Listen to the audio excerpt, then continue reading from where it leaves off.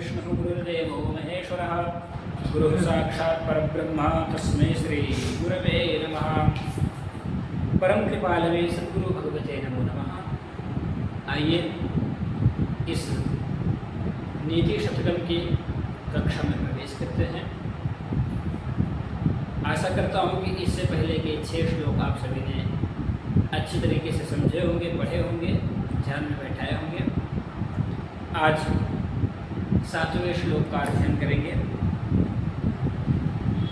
और जो हमारी चर्चा चल रही है नीति शतक में, भर्तृहरि जी ने कितनी सुंदर सुंदर, कितनी विचित्र विचित्र बातें बताई हैं इस समाज को लेकर के।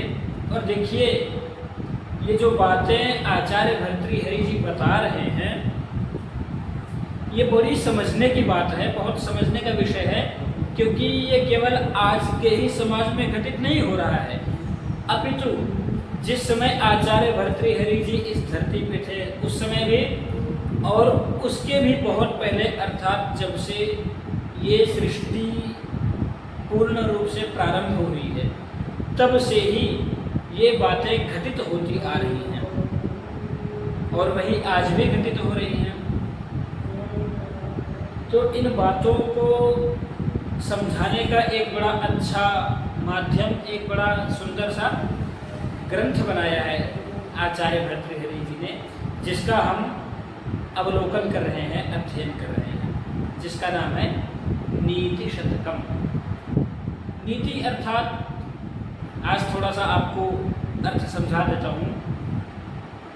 नीति अर्थात, नीति कई प्रकार की होती है, जैसे राजनीति, कूटनीति और इसी प्रकार से कई सारी नीतियाँ होती हैं व्यक्ति की, सुनीति, इस प्रकार से ये हुई नीति। और फिर पीछे लगा है क्या, शतकम। शतकम अर्थात शतक, शतक अर्थात 100, जिसमें जैसे आपने देखा है क्रिकेट के मैच में जब भी होता है भाई, किसी प्लेयर ने, किसी खिलाड़ी ने 100 रन मार दिए तो क्या बोलते हैं, इसने शतक लगा दिया। तो ऐसे ही हमारे आचार्य भर्तृहरि जी ने 3 शतक लगाए हैं। पहला शतक है नीति शतक, दूसरा शतक है वैराग्य शतक और तीसरा है श्रृंगार शतक। तो यहाँ पे शतक का अर्थात है कि इनके इस ग्रंथ में, इस शास्त्र में 100 श्लोक हैं। 100 श्लोकों का एक छोटा सा ग्रंथ है जिसका नाम है नीति शतक। तो ये तो है नीति शतक का अर्थ। अब आइए हम श्लोक में प्रवेश करते हैं, श्लोक को पढ़ते हैं और समझने की कोशिश करते हैं। आचार्य भर्तृहरि जी कहते हैं कि स्वायत्तमेकांत गुणम विधात्रा विनिर्मितं छादनमज्यतायाः विशेषतः सर्वविदां समाजे विभूषणं मौनम अपंडितानाम।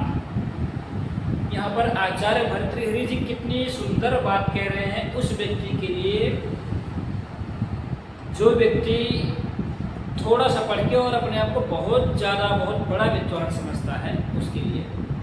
विशेषतः, विशेष करके, सर्वविदाम समाजे, समाज के मध्य में, क्या, समाज के मध्य में उस व्यक्ति के लिए मौनम, मौन रहना उसका सबसे बड़ा आभूषण हो जाता है, सबसे बड़ा विभूषण हो जाता है, उसका सबसे बड़ा श्रृंगार हो जाता है। किसका?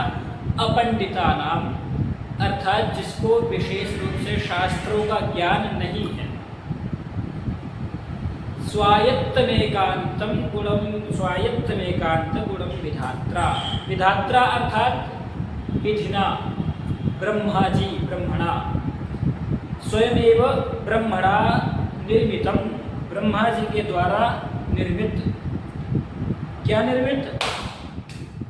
विनिर्मितम छादनमज्यताया, अपनी अज्ञानता को ढक लेने का, छुपा लेने का बड़ा ही सुंदर एक, ऐसा मान लो कि चद्दर बनाया है।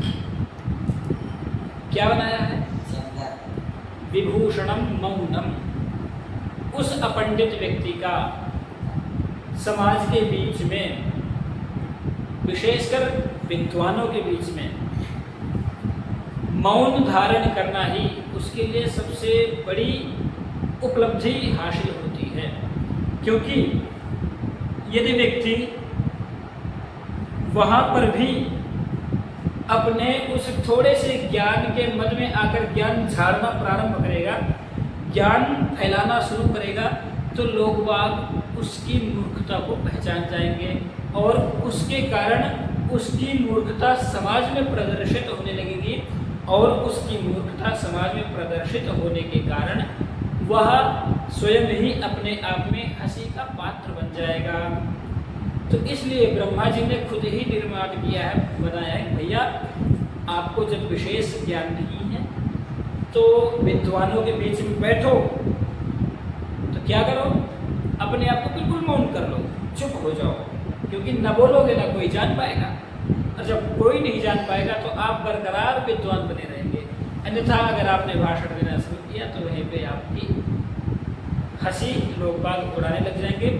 तो इस श्लोक को अच्छे से हमें समझना है कि अब आपको इसका सरलार्थ बिल्कुल बता दूं कि विधाता ने अज्ञान के आवरक अपने अधीन रहने वाले अत्यंत गुणकारी विशेषकर विद्वानों के समाज में मूर्खों को सुशोभित करने वाले मौन रूपी वस्त्र, मौन रूपी आख्यान का गुण बनाया है।